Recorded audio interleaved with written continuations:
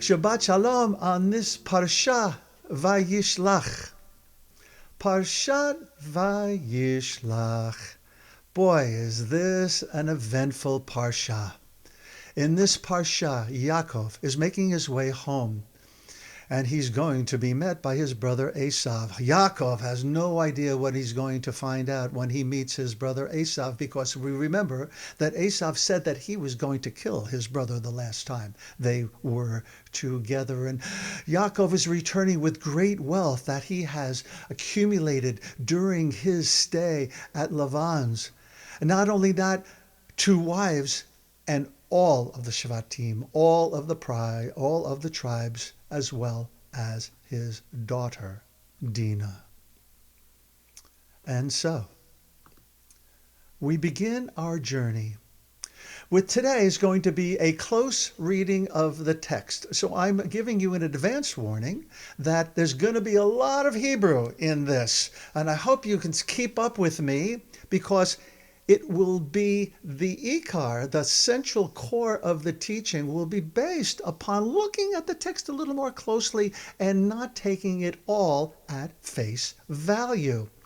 What we're going to be doing here is exploring the heart of reconciliation. We're going to be making our way to that moment when Yaakov and Esav meet after all of these years. Here, of course, is the meeting, where they meet face to face and they embrace. And Yaakov says to his brother, "When I see your face, I see the face of God." Well, was he buttering his brother Esav up? Or was something else going on here? Let's explore the entirety with a close reading of the text. And we need to do a chazara. A chazara is a repetition, going over some texts that we've already gone through, meaning past Torah readings, in order to catch up, right? And also, we are told that it takes 100 times of a chazara, 100 times of repetition before we take in something entirely. Take that, Dvoralesk. Hailiteni na min ha'adom hazeh ki ayef anochi. Give me some of that red stuff to gulp down, for I am famished. Who is speaking these words? Of course, it's Esav, who comes back from hunting in the fields to find his brother Yaakov, who's hanging out at home like Yaakov is usually doing. And he's cooking a lentil stew. And what happens here? We remember the story. Vayomer Yaakov michrach hayom et bechortech li. Jacob said, "First, sell me your birthright." And so, this is the chazarah, the repetition here this morning of the selling of the birthright. The first time that Yaakov pulls the wool over his brother's eyes. That was a pun for those of you who are paying attention. All right, so we continue with the reading of the text, a chazarah. Isaac was seized with violent trembling. When did we read this? Of course, it was when Esav came to his father for his blessing. Isaac told his eldest, Esav, to go out and kill some game and bring back some meat to cook up a stew for him, because he really loved his flesh, right? But what happened? He finds out that the truth of the matter was he blessed the wrong son. He blessed Yaakov because he was in it together with his mother, Rivka, to pull the proverbial wool over the father's eyes. Who was it then, Yitzchak demanded, that hunted game and brought it to me? I ate it before you came and I blessed him. Now he must remain blessed. And for me, this gave rise to one of the most heartbreaking moments in all of Torah. Kishima Esav et divrei aviv v'yitzak tza'aka gedola. When Esav heard his father's words, he burst into wild and bitter sobbing and says to his father, "Bless me too, Father." And Esav falls to his knees and he cries. Esav says, "Have you but one blessing, Father? Bless me too." And Esav wept aloud. This is heartbreaking. The second time that Yaakov has received something that was rightfully his older brother's. And Esav said to himself, "Let but the mourning period of my father come, and I will kill my brother Jacob." Whew. Okay, so now that we're all caught up, that might have been how the two brothers looked at each other before Yaakov skedaddled out of there, leaving us here with his brother crying, wanting to kill him. And there is a wide chasm between the images on top and the images that we're leading to in this week's Torah portion. VaYishlach Yaakov melachim lefanav el Esav achav arza seir sedei Edom. So Yaakov sent messengers, malachim. Malachim, of course, means angels. So they're also messengers of God. But these were actually guys. He sends out his messengers to make contact with his brother Esav, who is approaching from the other direction, from the land of Seir, the country of Edom. And the messengers returned to Yaakov, saying, "We came to your brother Esav, and he himself is coming to meet you. Oh, by the way, he's coming with 400 men." Not 400 men. And with 400 men, fear gripped Yaakov's heart. I don't know about you, but if that was me, I would be fearing for my life around now, not knowing what the future was going to hold for me, and I would be gathering the troops together and kind of forming a commission to figure out what we should do. In the meantime, on their way, there is an encounter that Yaakov has after he crosses back the Yavok River, and he has a dream. Yaakov, we know already, is one for dreaming. He had the dreaming, a sulam of the angels going up and down. This is a different kind of a dream where he has a wrestling match, with who? As I said before, we don't really know. An angel himself? His brother's angel? Mi yodea, who knows? Who it was with. And so, we are now left here. After the dream, after the wrestling, after Yaakov finds out, 400 men. What's his response?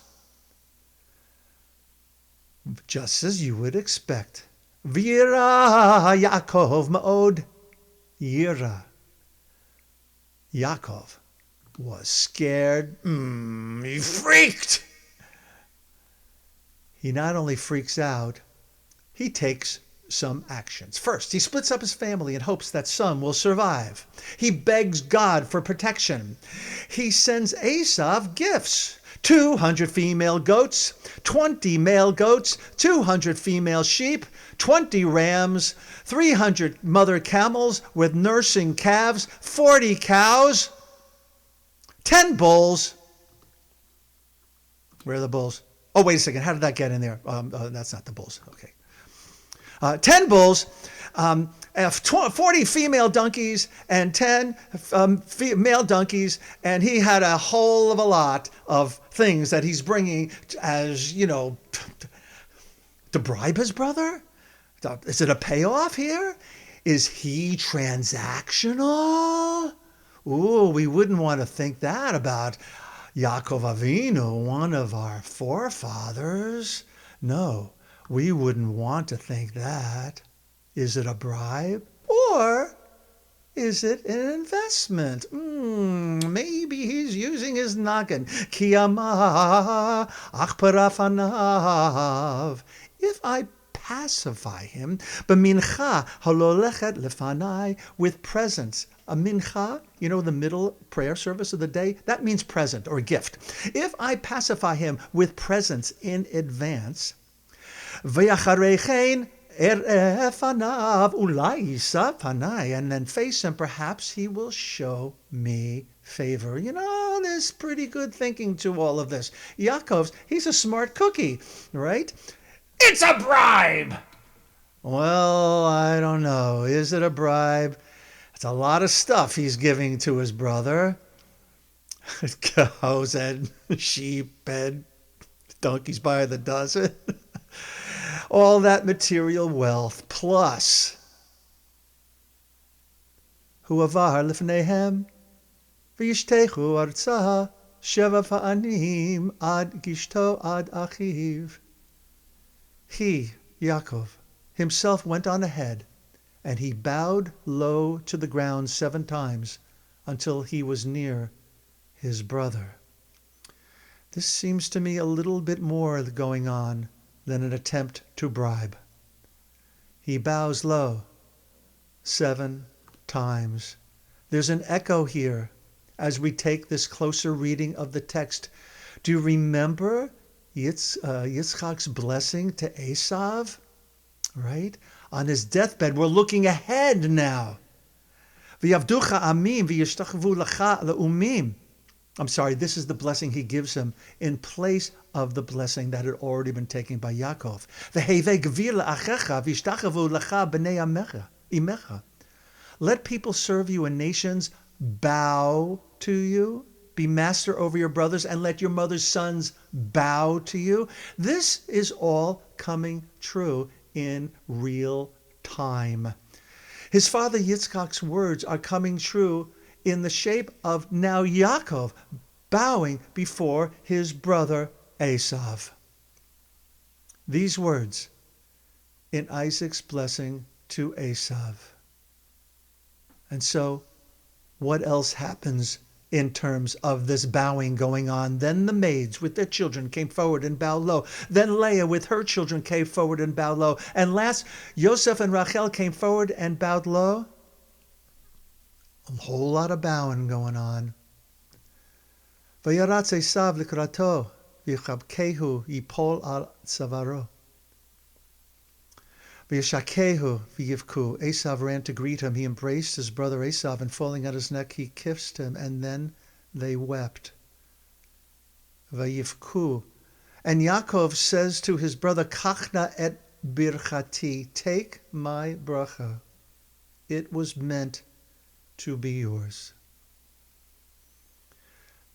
What is resonating inside of me is these are the words of reconciliation. Yaakov understands how he has stolen from his brother not once but twice. And he is giving back to him what was rightfully his brother's all along. And you know what too, my friends? Both of these stories end with tears. Remember, Esav breaking down, have you not a blessing for me too, Father? And here, both Esav and Yaakov breaking down in tears. They embraced. V'yachbehu, and they kissed. V'shakehu, v'yivku, and they wept. Both stories ending with tears. Rabbi Ami Silver teaches that although both stories end with tears, the tears are very different from one another. 20 years ago, Esav was crying tears of anguish and rage, tears that was transformed into a vengeful promise to kill his brother. Now, 20 years later, Jacob and Esav both cry. They're crying together. If we put it all together, it seems to me that these were tears of true healing and reconciliation, and they were caused by Jacob's initiative. Jacob knew there was one thing, and only one thing, that could repair his relationship with Esau. He had to go back to the root of it all, to the blessings that he took from their father. And for me, this speaks to the heart of what reconciliation is all about. All too often we remain in conflict with other people simply because neither of us is willing to budge, to be vulnerable enough to admit fault or show the other one how much we sincerely want to fix this relationship. Jacob had the courage to rebuild what was broken, to repair the wounds of the past. This is a model to aspire to. It's a legacy to be proud of. And so, my sweet friends, on this Shabbat VaYishlach, May we too find the courage to repair the wounds of the past, whether it be reconciling with one another or reconciliation with oneself. Shabbat Shalom.